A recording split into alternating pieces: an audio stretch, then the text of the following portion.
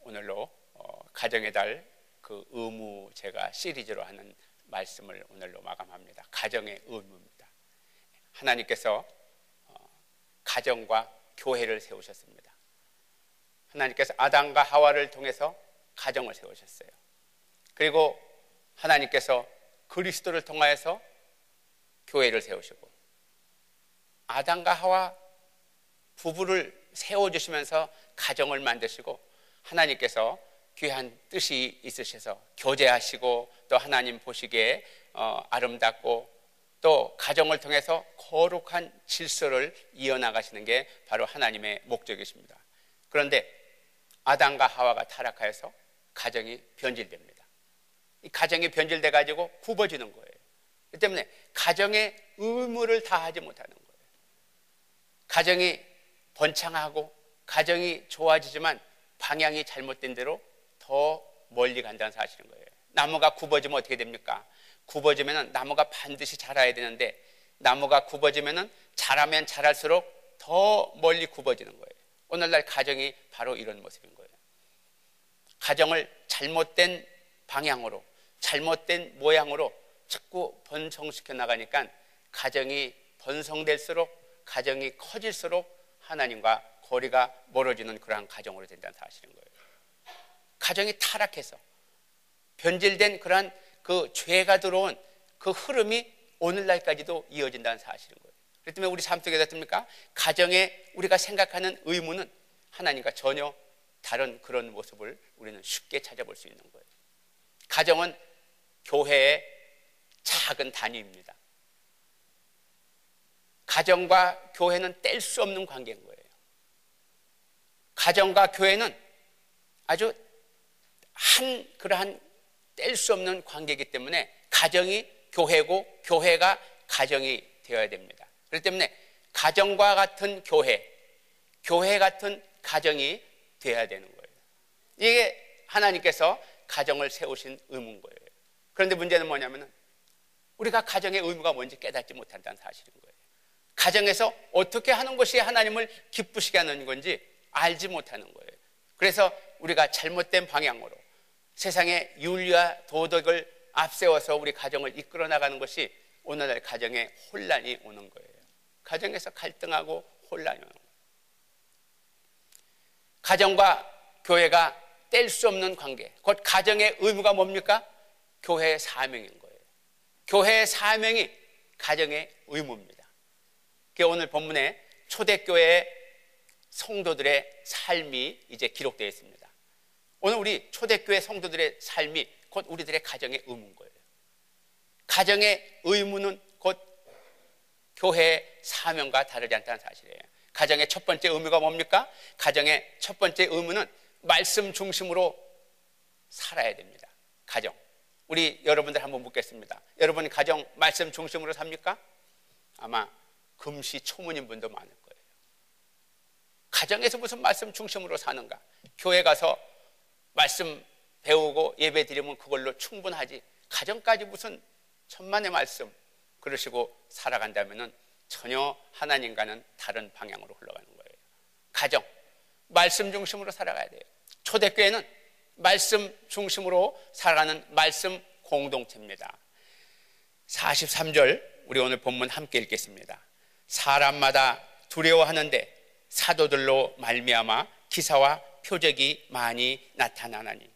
지금 오순절에 성령 강림 사건이 일어나고 이제 성령 충만해진 제자들이 어떻습니까? 가서 말씀을 선포하는 거예요. 담대하게 말씀을 선포할 때 기적이 일어나고 놀라운 일들이 일어나는 거예요.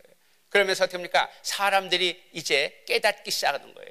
자기가 누구인지, 어떻게 해야 되는지, 어떤 잘못을 했는지 깨닫기 시작하는 거예요. 그렇기 때문에 어떻습니까? 사람들이 두려워하였다 그랬어요. 현대 성경에 보면은 두려워하다를 경외하다로 번역했어요. 경외하는 게 뭡니까? 하나님을 두려워하는 거예요. 무서워서 두려운 게 아니라 감히 어떻게 할 수 없는 거예요. 하나님께서는 경외하는 자들을 가장 기뻐하시는 거예요. 왜 그렇습니까? 하나님이 두려워서, 하나님은 감히 우리가 함께 할 수 없는 하나님이시기 때문에, 그 하나님은 전능하신 하나님이시기 때문에, 그 하나님은 전지하신 하나님이기 때문에 내가 말씀 중심으로 살지 않을 수가 없는 거예요. 말씀 중심으로 살지 않으면 내가 정말로 견딜 수 없을 정도로 두려운 하나님, 이게 바로 경외하는 거예요. 그렇게 말씀 중심으로 살기 때문에 가정이 그런 삶 속에서 살아야 된다는 얘기예요. 그렇기 때문에 말씀 중심으로 사는 사람은 어떻습니까? 말씀 그대로 사는 거예요. 내가 말씀을 지키지 아니하면은 마치 내가 절벽에서 떨어져 죽는 일과 같은 그러한 두려움이 있는 거예요. 죽어서 두려운 게 아니고 벗어나서는 안 되는 그러한 두려움을 말씀드리는 거예요. 그런 두려움. 그렇기 때문에 그런 말씀대로 사는 사람, 말씀 중심으로 사는 사람은 어떻게 합니까? 당연히 말씀대로 살고 가정에서 말씀대로 가르친다는 사실인 거예요. 이런 삶이 바로 말씀 중심으로 사는 삶인 거예요. 신명기 4장 9절에 오직 너는 스스로 삼가며 내 마음을 힘써 지키라. 그리하여 내가 눈으로 본 그 일을 잊어버리지 말라. 내가 생존하는 날 동안에 그 일들이 내 마음에서 떠나지 않도록 조심하라. 너는 그 일들을 내 아들들과 내 손자들에게 알게 하라고 말씀하셨습니다. 교회는 말씀 중심이어야 돼요. 교회에서 말씀을 떠나면 그게 죽은 교회예요. 더 이상 교회가 아니에요. 사람들의 모임일 뿐 더 이상 교회는 아닌 거예요. 교회에서 목회자 입에서 말씀이 쏟아져 나가야 되고 성도들의 입에서 말씀이 쏟아져 나오고 말씀을 지키고 말씀대로 살아가는 게 그게 교회인 거예요. 그렇지 않다면 아무 의미가 없는 거예요. 그리고 어떻습니까? 말씀이 가르쳐져야 되는 거예요. 교회는 친목단체가 아니고 교회는 좋은 사람끼리 모이는 데가 아니고 교회는 누가 좋아서 가는 게 아니고 교회는 말씀 중심으로 살고 말씀을 가르치고 말씀을 배우는 그러한 교육의 장소란 사실인 거예요. 이게 바로 저와 여러분이 말씀 중심으로 살아가야 되는 그런 교회 생활인 거예요. 교회에서는 이처럼 말씀 중심으로 살아가는 거예요. 가정 말씀 중심으로 살아가야 되는 거예요. 디모데후서 3장 15절에 또 어려서부터 성경을 알았나니 성경은 능히 너로 하여금 그리스도 예수 안에 있는 믿음으로 말미암아 구원에 이르는 지혜가 있게 하느니라고 말씀하셨어요. 가정은 말씀 중심으로 돼야 되는 거예요. 가정은 말씀대로 살아야 되는 거예요. 가정은 말씀을 가르쳐야 되는 거예요. 디모데란 이름은 하나님을 경외한다는 의미예요. 하나님을 경외하는 거예요. 하나님이 두려워서 하나님께 붙잡힌 바 돼서 하나님을 떠나서 살 수 없는 그런 사람들이 바로 경외하는 사람들인 거예요. 그 디모데가 경외한 게 어디에서 나왔습니까? 가정에서 말씀 중심으로 살기 때문인 거예요. 가정에서 말씀을 가르친 거예요.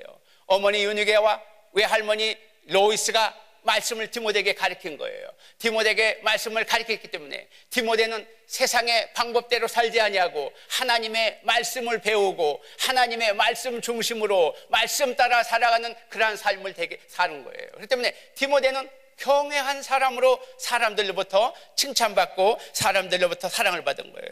바울은 디모데를 가르쳐서 믿음으로 낳은 아들이라고 그렇게 말했어요.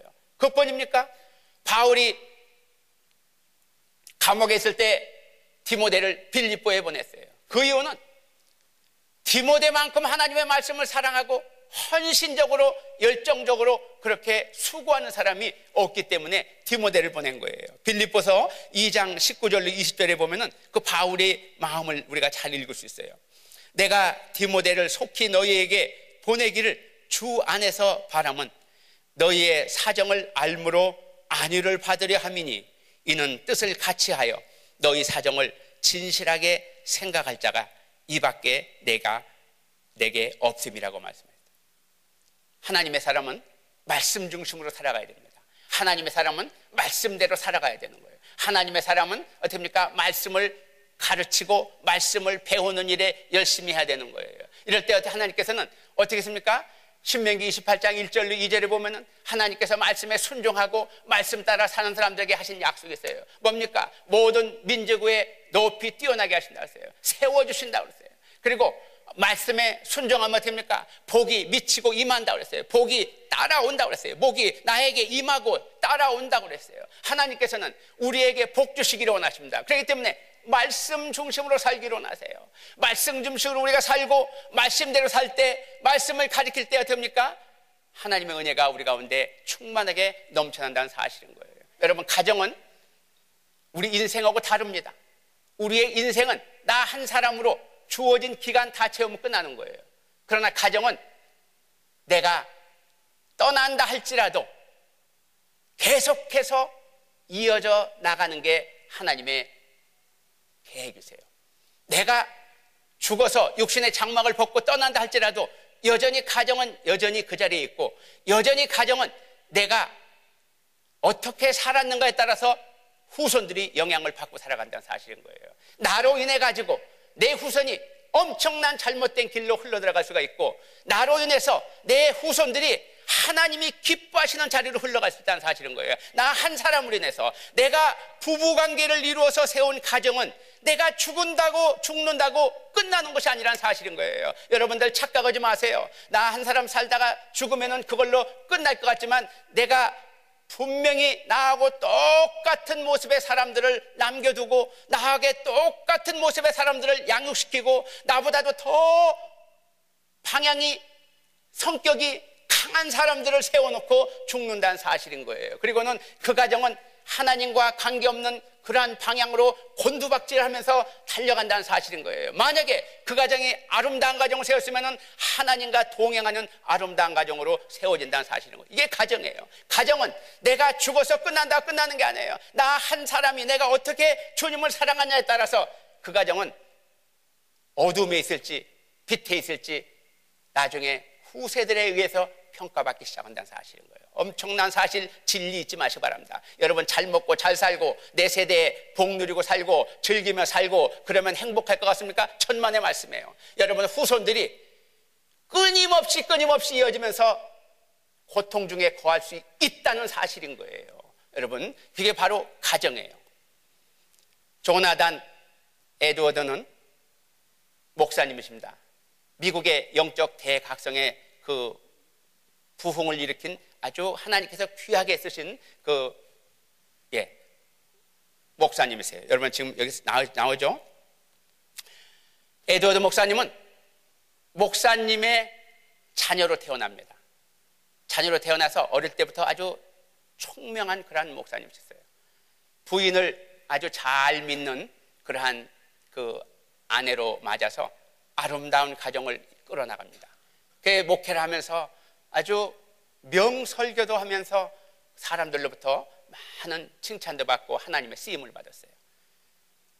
조나단 에드워드 목사님이 이제 프린스턴 대학교 신학대학교 학장으로 갔는데 바로 얼마 지나지 않아 가지고 54살의 나이에 이제 천연두로 죽게 됩니다. 그런데 그 죽음의 자리에서 자기 딸에게 이런 마지막 이야기라고 숨을 거두게 돼요. 하나님을 신뢰하라. 그리고 두려워 말라. 이게 전부예요. 여러분이 임종의 자리에 있다면 자녀들에게 무슨 말씀하시겠습니까? 돈 많이 벌어라. 좋은 직장 잡아라. 좋은 건물 사서 잘 살아라. 좋은 차 사라. 그렇게 이야기하겠습니까? 에드워드 목사님은 자기 사랑하는 딸에게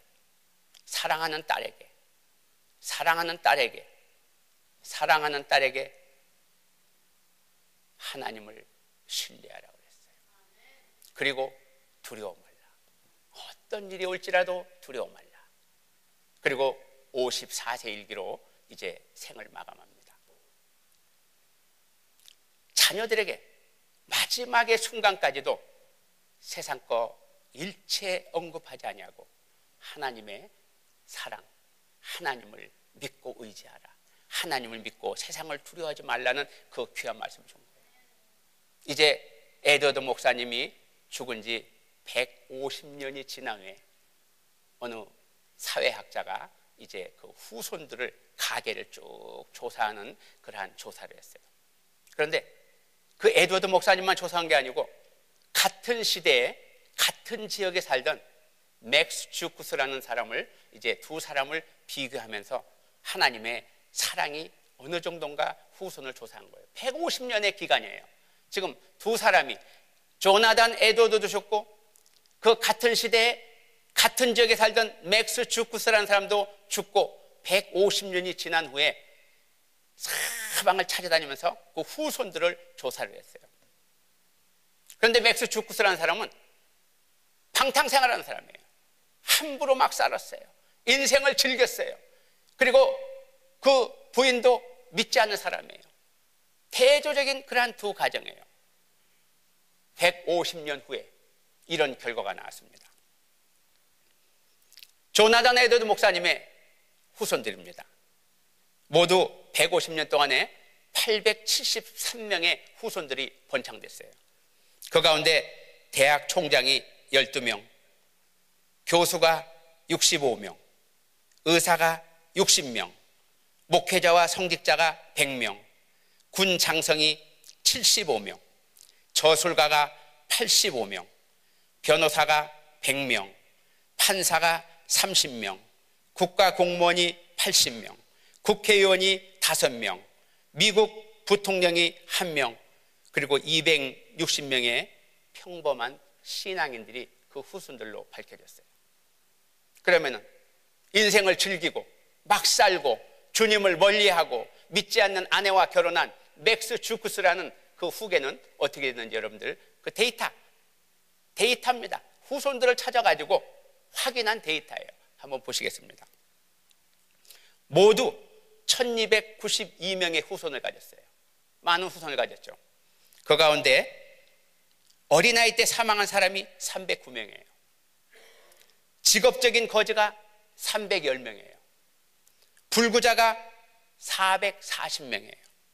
매춘부가 50명이에요. 도둑이 60명이에요. 살인자가 70명이에요. 그저 그렇고 그런 사람이 53명이에요.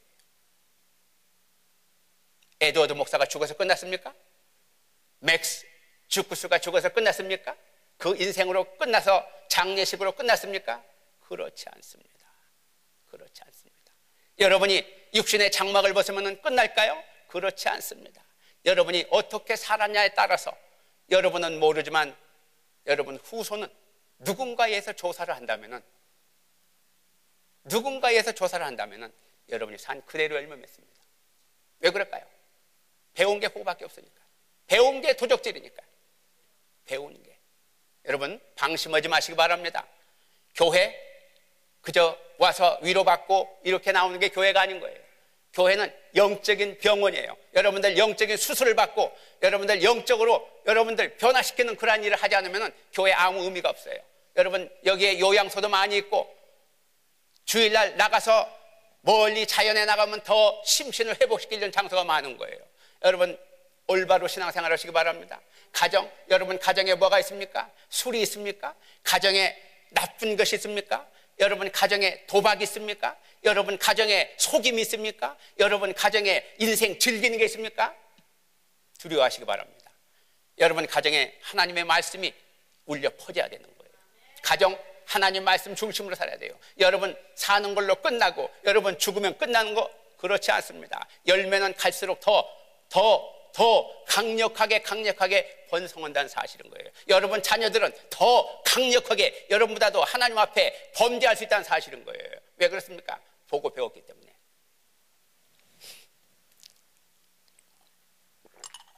요즘 교회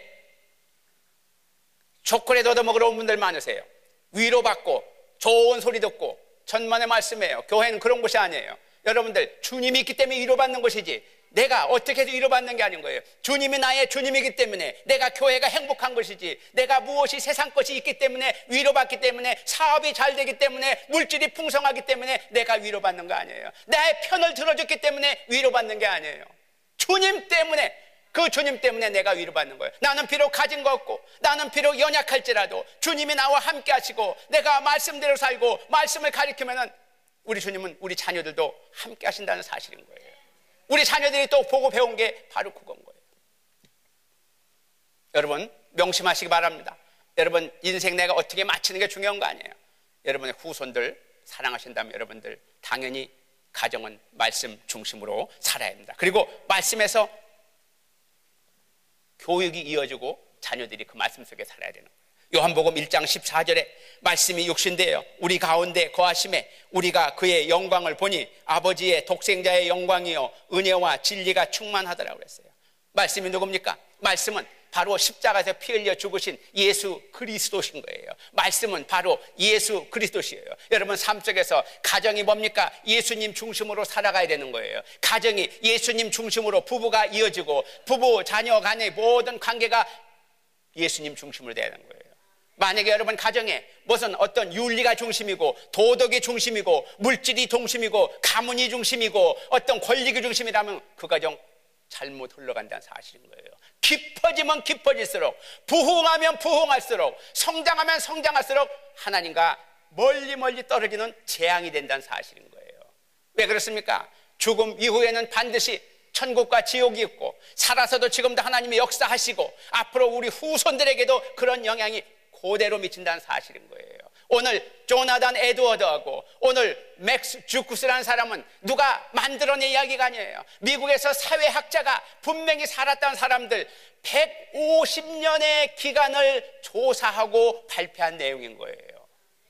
1, 2년 같으면 실수하고 후회할 수 있고 잘못 오차가 나올 수 있으나 150년, 한 세대가 몇 살입니까? 우리 지금 현재는 30살이면 한 세대 잡을 수 있는 거예요. 자녀를 낳는 그 기간이 한 세대예요. 그러면은 5세대를 볼 수 있는 거예요. 5세대가 지나간 사이에 그런 엄청난, 그런 무서운 그러한 결과를 초래한다는 사실인 거예요. 주님을 믿는 자들, 정말로 목회를 하면서 주님을 사랑하면서 연약하고 보잘것없이 죽음의 문턱에서도 아파트 하나 남겨주지 못하고 죽음의 문턱에서도 자녀들에게 물질로 남겨주지 못하고 오직 할 수 있는 것은 하나님을 신뢰하라, 그리고 두려워 말라, 그 말씀 한마디를 던져준 것 뿐인데 그 말씀 붙잡고 그 자녀들은 이렇게 엄청난 미국을 움직이는 그러한 엄청난 사람들로 성장했다는 사실인 거예요. 여러분, 다시 말씀드립니다. 나 한 사람 잘 먹고 잘 살다 죽으면 끝이지 뭐가 그렇게 복잡한 거, 천만의 말씀입니다. 여러분은 지금 엄청난 지금 문제를 심고 있다는 사실인 거예요. 여러분 자녀들 문제 있을 때, 자녀들 화를 낼 때, 자녀들 일을 할 때 여러분 거기서 누구를 발견합니까? 우리 자신인 거예요. 내가 화내던 똑같은 모습으로 화내고, 내가 반말하던 똑같은 모습대로 반말하고, 내가 거짓말하던 똑같은 모습대로 거짓말하는 게 자녀들인 거예요. 뭡니까? 반복되는 학습 효과인 거예요. 여러분 자녀들 하나님을 멀리하고 집에 가서 하나님을 경외하지 않고 말씀 가까이 하지 않냐고 마음대로 살면은 여러분은 편할지 모르지만 자녀들에게 엄청난 학습을 하고 있다는 사실인 거예요. 가정, 말씀 중심으로 말씀 따라서 살고 오직 말씀을 가리키면서 살아야 되는 거예요. 그럴 때 우리 주 예수 그리스도께서 어떻게 합니까? 우리 가정의 주인이 되시고 우리 가운데 역사하셔서 우리로 하여금 많은 열매 맺고 모든 것을 다 하나님의 은혜 가운데 승리하게 인도하신다는 사실인 거예요. 이게 바로 우리 가정이 말씀 중심으로 살아야 돼요. 교회 똑같은 거예요. 교회 가정 분리할 수가 없는 거예요. 교회도 가정도 똑같단 말씀이에요. 가정 같은 교회, 교회 같은 가정. 그렇기 때문에 교회나 가정 생활이 다른 삶이 될 수 없는 거예요. 여러분이 교회 와서 뭔가 색다르고 이상한 된 것 같으면 여러분 가정 생활 잘못하고 있는 거예요. 가정에 왔는지 교회에 왔는지 구분할 수가 없어야 되는 거예요. 왜 그렇습니까? 가정은 교회의 작은 단위, 핵이기 때문에 그런 거예요. 두 번째로 가정은 사랑 중심이 되어야 합니다. 초대교회는 이웃에 대한 의무를 다했어요. 그렇기 때문에 초대교회가 어떻습니까? 이웃을 사랑하고 함께 나눴어요. 우리 44절, 45절 우리 함께 읽겠습니다. 믿는 사람이 다 함께 있어 모든 물건을 서로 통용하고 또 재산과 소유를 팔아 각 사람의 필요를 따라 나눠주며 그랬어요. 교회는 어떻습니까? 함께 나누어서 가난한 사람이 없는 곳이 교회인 거예요. 초대교회는. 우리 사도행전 제가 4장 34절 35절을 읽겠습니다. 그 중에 가난한 사람이 없으니 이는 밭과 집 있는 자는 팔아 그 판 것의 값을 가져다가 사도들의 발 앞에 두매 그들이 각 사람의 필요를 따라 나누어 줌이라고 말씀하셨어요. 가정은 뭡니까? 바로 이렇게 나눔을 배우는 것인 거예요. 교회가 바로 그런 것인 거예요. 교회는 나누는 것인 거예요. 교회는 빼앗아오라고 우리 주님이 가르치는 것이 아니에요. 교회는 벗어주라는 것인 거예요.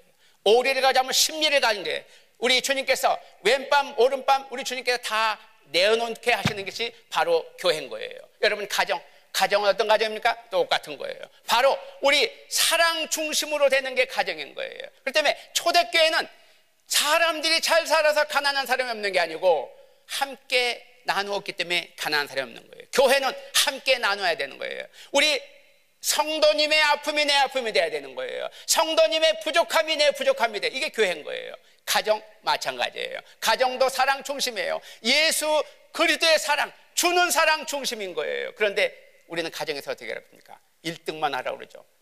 전부 부모는 자녀들이 1등 하기로 해요. 1등. 그거 무슨 말입니까? 바꿔놓게 하면 다른 사람들을 다 제치고 네가 앞서라고 그러는 거예요.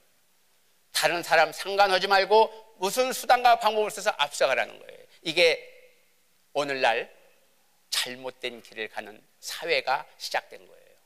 가정에서부터 출발한 거예요. 그리고는 그 문제가 열매가 터지면 어떻게 합니까? 교회에 원망하는 거예요. 학교에 원망하는 거예요. 어디서 시작했습니까? 가정에서인 거예요. 우리들의 열매예요. 우리들의 열매. 전부 다 빼앗아 오기를 원하는 거예요. 전부 다 죽이기를 원하는 거예요. 전부 다 딛고 올라서기를 원하는 거예요. 이게 가정에서 가르치는 가정교육의 방법이에요. 그러나 우리 주님은 그렇게 원치 않으십니다. 나눠주기로 원하세요. 우리 주님은 함께하기로 원하세요. 우리 주님은 모든 것을 베풀기로 원하세요. 그렇기 때문에 믿음의 가정에서 자란 자녀들은 주머니를 열기 시작하고, 믿음의 가정에서 자란 자녀들은 마음을 열기 시작하고 모든 삶을 세상으로 돌리는 소금과 빛의 직분을 감당하는 자녀가 되어야 된다는 사실인 거예요. 어디서부터 시작됩니까? 우리 가정에서부터 시작되는 거예요. 가정에서부터 시작되는 거예요. 그렇기 때문에 이 가정이란 말을 라틴어로 보면은 봉사하는 자라는 의미인 거예요. 라틴어로 이 패밀리라고 그러죠. 그 파밀리아 해가지고 이 가정이란 단어가 라틴 말로 봉사하는 자라는 뜻인 거예요. 우리 가정은 뭡니까? 봉사하기 위해서, 그리스도의 사랑을 나눠주기 위해서 세워진 가장 작은 단위인 거예요. 교회가 뭡니까? 교회도 바로 사회를 봉사하고 섬기기 위해서 세워진 공동체라는 사실인 거예요. 그렇기 때문에 가정은 물론 집에서도 우리는 봉사한 자가 되어야 되는 거예요. 그렇기 때문에 가정에서 사랑을 가리키는 거예요. 가정에서 조건 없는 사랑을 가리키는 거예요. 형제 자매 사이에, 부모 자녀 사이에 조건 없는 사랑을 가리키는 거예요. 그런데 요즘 그렇습니까? 그렇지 않죠. 여러분, 요즘 잘 사는 사람들의 부모님들의 말 못할 고민들 여러분 있는 거 아십니까? 재산 좀 있는 분들의 말 못할 고민들. 돈은 벌어서 재산은 누렸는데 말 못할 걱정이 뭔가 여러분들 다 아실 거예요. 죽은 후를 걱정하는 거예요. 이 재산으로 인해 가지고 형제들이 갈기갈기 찢어질 것은 눈에 보듯 뻔한데 그 생각만 해도 가슴이 메어지는 거예요. 그렇지만 이제 걷잡을 수 없도록 이제 돌이킬 수 없는 길을 간 거예요. 그렇기 때문에 재산 때문에 싸우지 않습니까? 결국에 어디를 선택할까요? 사회에다 기증하는 거예요. 사회에다. 잘 가정을 가리켰습니까? 잘못 갔죠. 물질 만능주의, 권력 만능주의, 모으고 또 모으고 올라가고 또 올라가고 놀고 또 놀고 하면서 인생을 즐기고 누렸지만 남을 때는 부모님들 마음속에는 근심이 꽉 찬다는 얘기예요. 왜? 이걸로 내 가지고 이제는 자녀들은 원수 관계가 돼서 뿔뿔이 갈라질 것이 분명한데 어찌할꼬 사회에다 화나나자니 너무 아깝고 주자니 자녀들은 이제 서로 원수가 될 것이고 이게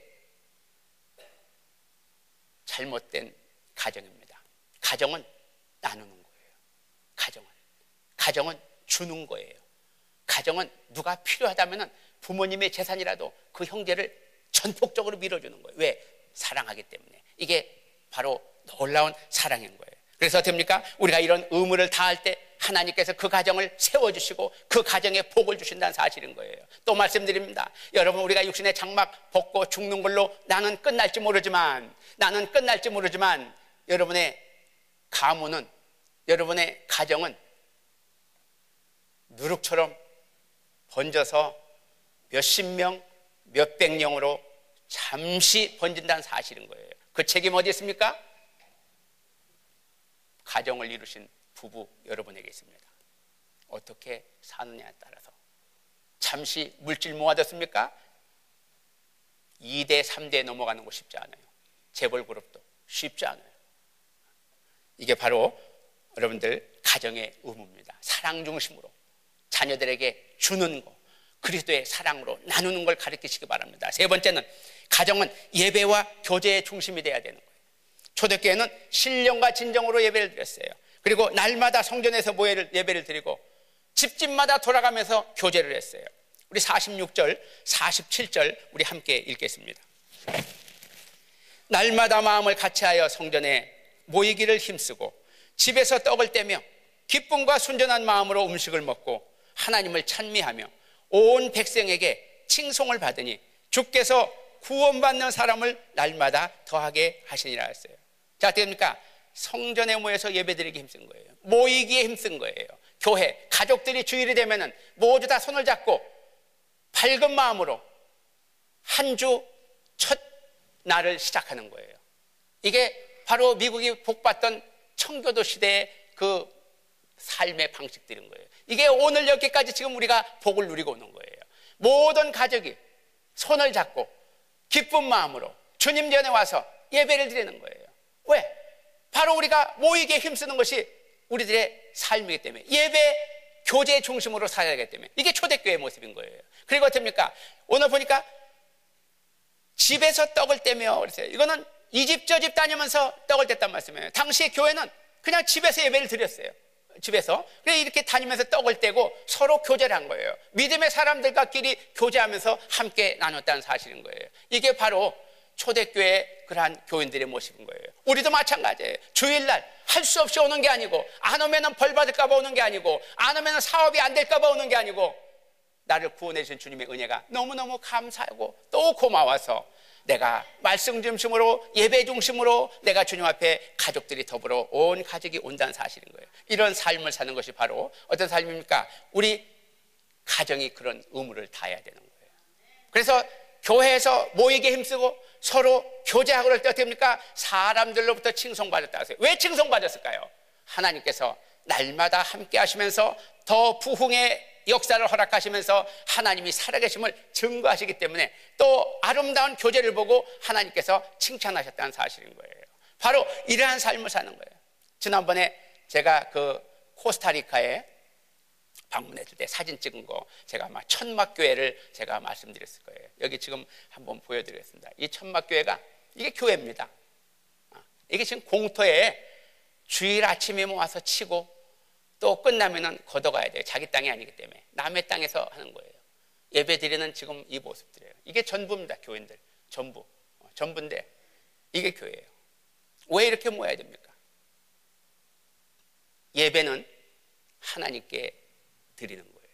예배는 임재하시는 하나님께 예배를 드리기 때문에 영어로 워십 서비스라고 하는 거예요. 서비스, 봉사하는 거예요. 또 우리의 임재하시는 하나님께 내가 봉사를 하는 거예요. 하나님께. 이게 바로 예배인 거예요. 그렇기 때문에 우리 가정들은 어떻습니까? 교회 공동체에 우리가 하나의 그 부분이 되어가지고 함께 더불어서 우리가 하나님께 예배드리는 거예요. 우리 각 가정들이 다 흩어져서 가정마다 하나님 중심으로 말씀 중심으로 살아가다가 주일이 되면은, 첫날이 되면은 하나님 앞에 나와서 가정들이 모인 공동체, 교회 공동체를 이루어서 하나님 앞에 예배를 드리는 거예요. 이게 바로 그 일 때문에 이렇게 천막을 치고 예배를 드리는 거예요. 바로 이런 삶인 거예요. 우리 다시 그 뒷장 한 장 보시겠습니다. 자, 이게 지금 그 동네예요. 여기는 아주 못 사는 동네고 범죄가 드글거리고 마약이 있고 그냥 술, 그냥 아주 그냥 가든 죄악이 다 있는 철판 양철집인 거예요. 이 위로 아주 심각해 보면은. 자, 예배가 끝나냐 어떻게 합니까? 각자 집에서 가지고 온 거 가져가는 거예요. 지금 저 테이블은 뭐냐면은 교회 건축한다고 선교지에서 어디서 가지고 오거나 뭐 하면은 그 옷 같은 거 있으면 몇 개를 또 자기들끼리 파는 거예요. 왜? 이웃을 돕고 또 사랑하고 봉사하고 교제하기 위해서. 이게 교회예요. 여러분 이런 교회 나가시면 출석하신다면 여러분 교회 오시겠습니까? 아침마다 여러분 의자 가지고 오셔서 여러분이 가지고 오신 의자를 깔고 앉고 끝나면 그 의자 가져가신다면 이 교회 오시겠습니까? 성령님이 역사하시고 함께 하시니까, 말씀이 역사하시고 말씀 가운데 살다 보니까 저게 기쁨이 되는 거예요. 기쁨. 자, 그걸 보고 자라는 자녀들은 어땠습니까? 살아계신 하나님, 역사하신 하나님, 전능하신 하나님을 떠날 수가 없는 거예요. 왜? 그 하나님이 나의 기쁨의 근원이 되고 그 하나님이 나의 전부가 되기 때문에 우리가 그 하나님을 떠날 수 없는 거예요. 그 가정에서는 날마다 신앙 고백이 나오는 거예요. 마태복음 16장 16절에 시몬 베드로가 대답하여 이르되 주는 그리스도시요 살아계신 하나님의 아들이시나이다. 가정에서는 신앙 고백이 울려 퍼지고 교회에서 신앙 고백이 울려 퍼지고 하나님께 영광 돌리는 그러한 삶을 살 때 하나님은 어떻게 나습니까? 하나님은 가만히 계시지 아니하시고 하나님은 날로 교회가 더 부흥하게 도와주시고 하나님은 날로 세워주시고 하나님은 역사하신다는 사실인 거예요. 우리가 이 세상에 사는 그 목적은 오직 한 가지예요. 하나님께 영광 돌리고 하나님께 감사드리고 하나님을 위해서 쓰임받는 도구로 살아가는 거예요. 세상에 속지 마시기 바랍니다. 여러분 물건 좀, 재물 좀, 물질 좀 가졌습니까? 여러분 좀 좋은 자리에서 여러분 인생을 마치시고 또 그런 직책을 가졌습니까? 교만할 거 뽑을 거 하나도 없어요. 때가 되면은 먼지 하나 못 가지고 그냥 가는 거예요. 원치 않는 사람들이 누군가 다 그거 써서 없애버리는 거예요. 때가 되면은. 그걸로 인해 가지고 사랑하는 자녀들은 원수 관계가 돼서 법정에서 서로 째려보고 그 법정으로 올라가면 어떻게 합니까? 형제들 싸우면은 그것도 손주, 손녀들은 어떻게 합니까? 치열한 전쟁 끝없이 이어지는 거예요. 그러면 그 자녀들이 또 자녀를 낳으면 어떨까요? 여전히 똑같은 거예요. 이전보다 더 하는 거예요. 이제는 법으로도 안 되니까 물리적으로 직접 가서 해결할 수 있다는 사실인 거예요. 가정, 내가 끝난다고 끝나는 게 아니에요. 여러분이 어떻게 사시냐에 따라서 그 가정은 전혀 다른 방향으로 간다는 사실입니다. 사랑하는 성도 여러분, 오늘로 가정의 달 의무 시리즈를 맡습니다. 가정은 공동체입니다.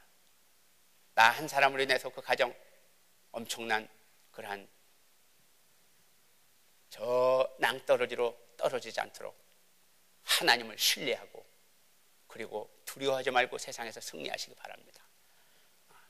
우리 짧은 생각으로, 우리 부족한 생각으로 나 하나 죽으면 끝나는 줄 알겠지만 그러나 죽지 않는다는 사실인 거예요. 내가 뿌려놓은 그 씨앗을 자녀들이 하나도 빼놓지 않고 그대로 발전시킨다는 사실인 거예요.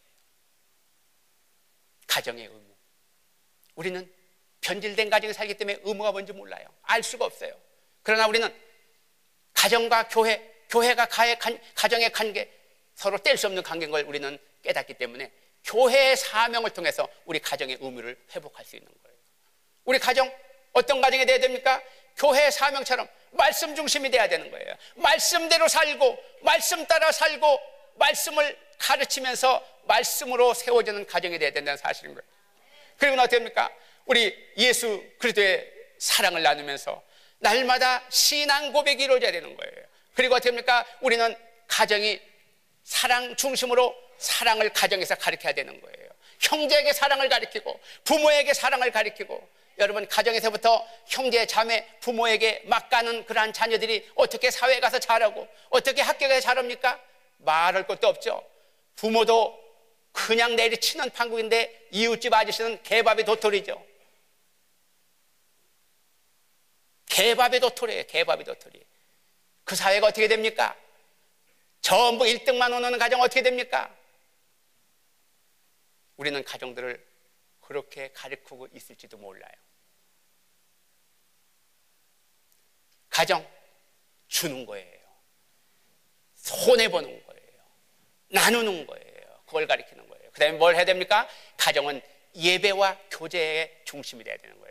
모이게 힘써야 되는 거예요. 마지막 때가 가까웠으므로 더욱 모이게 힘써서 믿음의 형제들끼리 사랑을 나누고 함께 기도하고 함께 전도하고 함께 사랑하면서 우리는 하나님 나라를 자꾸 우리는 지경을 넓혀가야 되는 사실인 거예요. 이럴 때 하나님은 우리 모든 삶 속에서 우리 되어진 일들 복을 주시고 우리가 부흥하게 하시고 우리 가정은 물론 사업장이 주님의 은혜 가운데 굳건하게 뿌리를 내리도록 사랑하신다는 사실인 거예요. 이게 바로 하나님이 가정을 세우신 목적이에요. 모쪼록 우리 하나님께서 기뻐하시는 가정 되셔서 우리 후손들도 정말로 조나단 에드워드 그 목사님의 후손들처럼 사방의 곳곳에 정말로 세상을 움직이는 훌륭한 자녀들이 될 수 있도록, 후손들이 될 수 있도록 우리 모두가 우리 주님 앞에 드려지는 정말 헌신된 하나님의 사람으로 살아가시기를 주님의 이름으로 축복합니다.